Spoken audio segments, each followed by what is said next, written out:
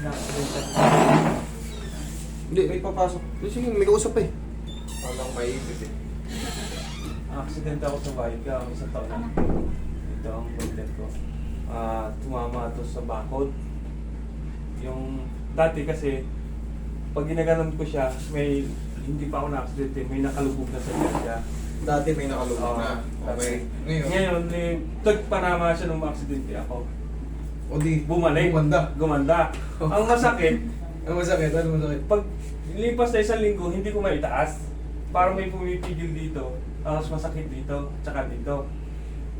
Pag nagugulat ako, pag sinusundot ako dito ng katrabaho ko, na pag nagugulat ako, nalalaglag yung balikat ko. Yung masakit talaga. Oo, masakit. Oo, yung gano'n, parang nakuryente ka. Yun yung mukha ko. Eh, sa napapanood ng YouTube mo, paano, habang hindi pa ako nauwi, ay Ni-exercise mo?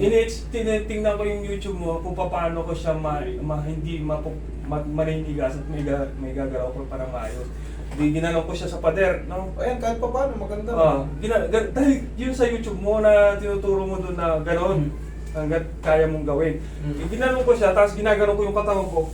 Basta bilang, yan. Oo, Tama dahan-dahan. yan, bilang lang kayo. 1, 2, 3. Tapos, ang problema ngayon, di okay na. Nung maging okay na siya, hindi na siya tolerable ko na yung sakit. Kasokti mo, panoodin mo, hindi ko maipasok.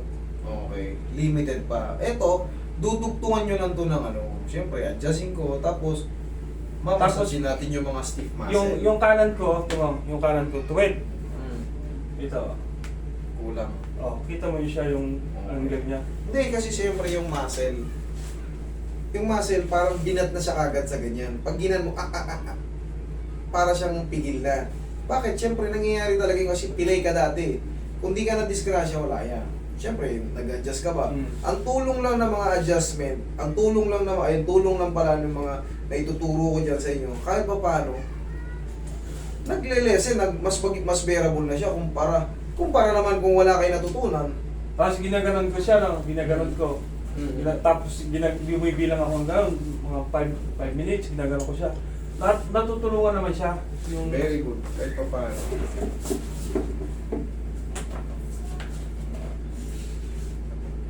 Pero wala siya naging fracture nung na-disgrasya. Wala. Okay. Hindi, after Ano? 3 days, 4 days lang, hindi ko na talaga siya may ganon, no?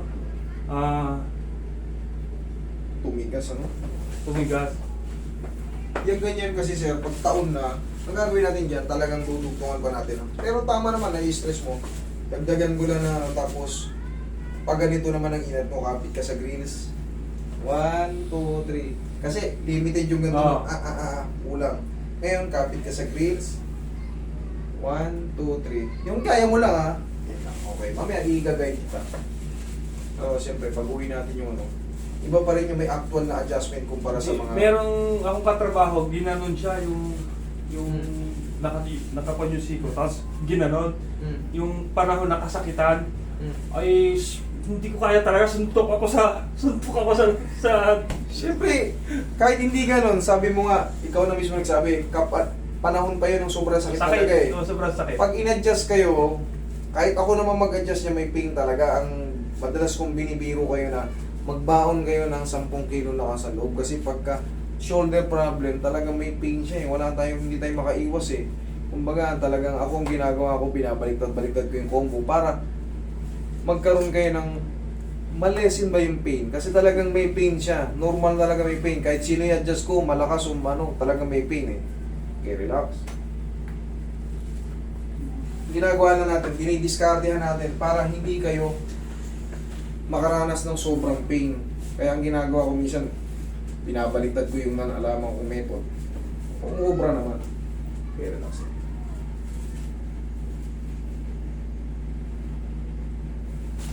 Okay, sige, tapa.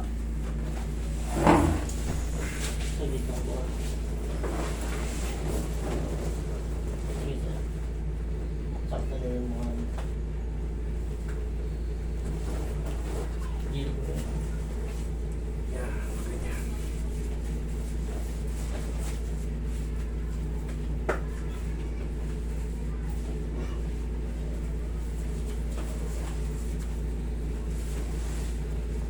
Relax.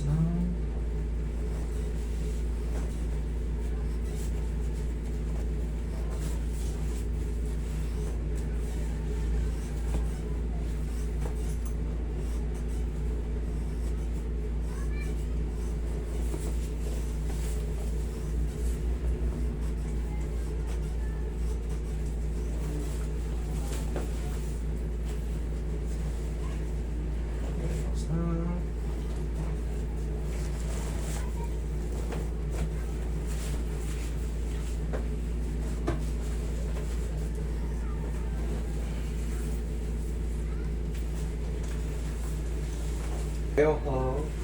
Habang ako Madalas kasi sir, ma'am, mga followers ko, ang nakaka-receive ng mga mga admin ko kasi hindi ko kaya lahat ng mga inquiries. Okay, ihaya ka sir. Kaya kahit pa paano nagpapatulong tayo sa mga admin, meron tayong mga admin na nagre-receive ng mga message nyo para mabook kayo. Kasi pag ako lahat sasagupa ng mga message nyo, Hindi ka lang po. 20 lang na makausap mo sa maghapon, nakakasawa. No? Okay po. Kaya yung mga call center, kahit gano'ng kabait, talagang nagmumura eh. Sa maghapon. Okay, relax lang. Okay. See ya. Bali, 4 tong natin. Bali, 3 yung admin, tapos isa pa ako. Bali, 4 kami nag-receive ng Pagka hindi ako busy, kailangan talaga tignan yung mga x-ray nyo. Ako na nagre-review sa mag-isa. Wait lang siya. Marami pa tayong gagawin. Wala pa tayo sa main event yung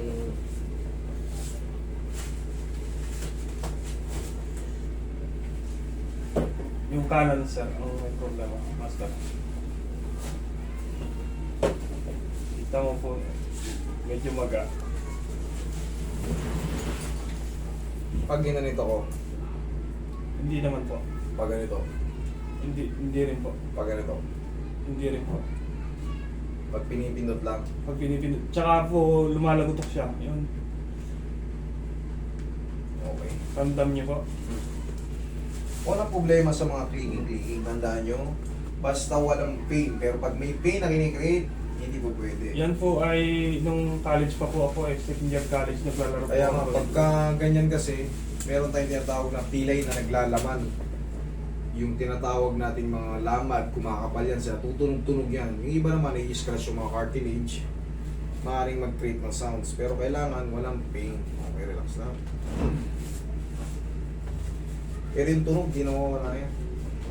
Tsaka pagka tumutunog-tunog yung paa nyo, huwag nyo hanap-hanapin kasi magkakaroon ng magkikreate ng friction yan. Habang kinikis-kis, maiirita na kayo. Kung not necessary naman, kung di naman kinakailangan ganun-ganunin yung paa nyo, normal na nakakalabas. Yun lang, okay na yun. Huwag lang yung hanapin yung parang nilalaro yun. Mamaya-maya, nangangalay na yung paa nyo. Kasalanan nyo rin kasi binata pa kayo, napilay na kayo, hindi nyo pina-adjust. Sa bagay, wala pang ganito noon, mga panahon.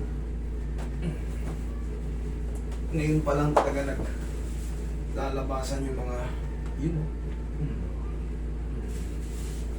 Nag-adjust.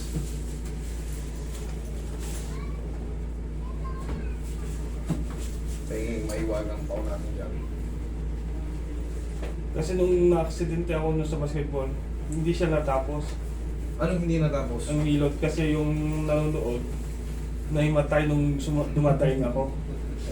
Natumba. Siya ngayon dinala sa ospital dito sa UST. Yung nanonood ang inimatay, Oo, hindi ikaw. nahimatay. Matibay ka, sir. Mababa. Meron kasing mababa ang pain toleration.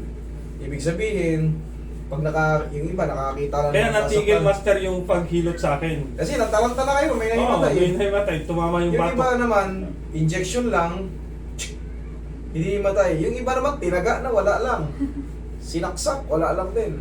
Kailangan pa ang talagang makakita. Tumama ng- yung batok niya sa matigas na bagay, pumutok. Pumutok ko yung ugat niya sa utak.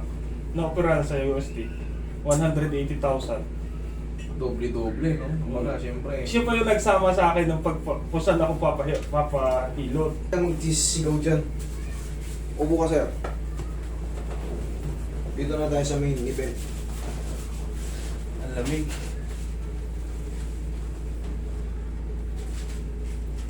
Medyo masakit siya. Sarap nun. Nabago yung loob. Okay yun. Tapos massage natin. Tapos, unti-unti natin libi natin. Kasi pag hindi ko binago yung position ng head humerus mo, sir, yun at yun pa rin yan. Kailangan kasi nakakapaglaro yung tinatawag natin head humerus sa mga glenoid labrum natin at glenoid cavity dyan sa loob.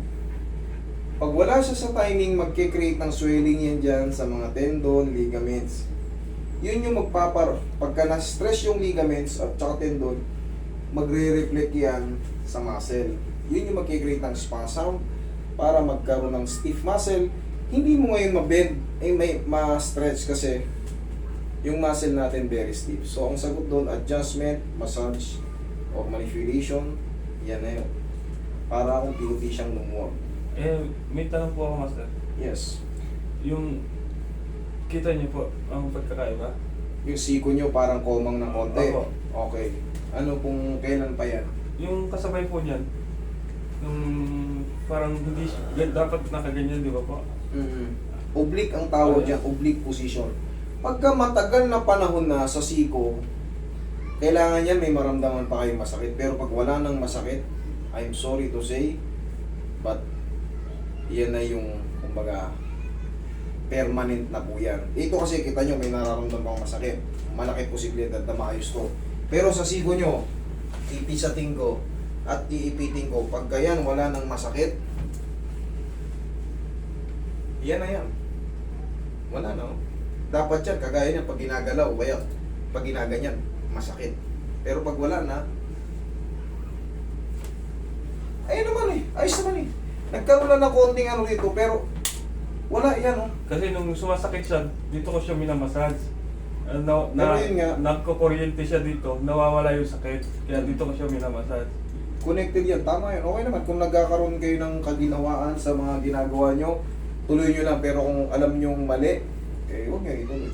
Ito yung sinasabi ko, stretch natin. 1, 2, 3.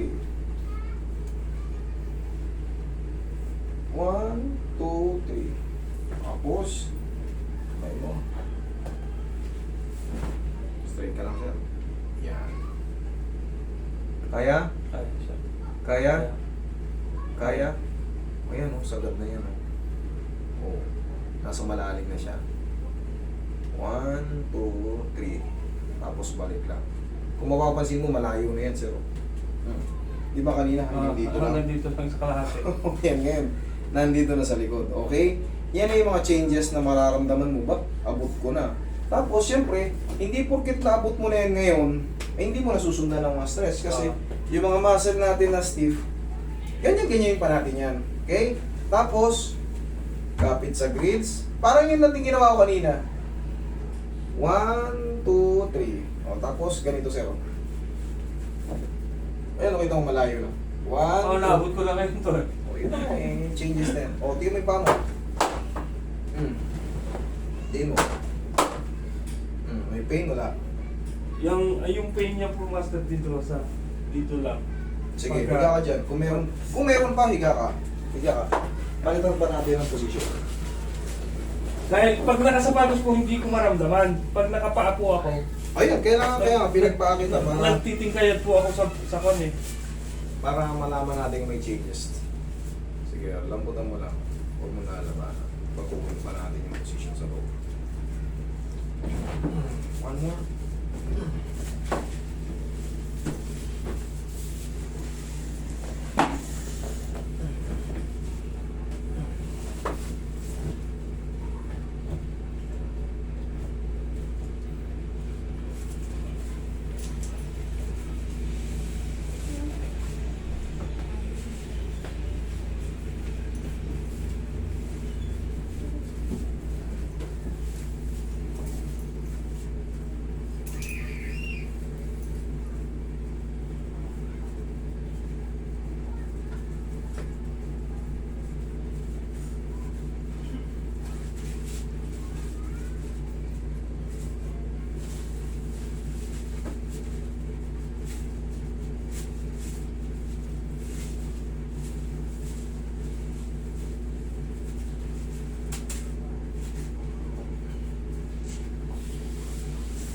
Testing.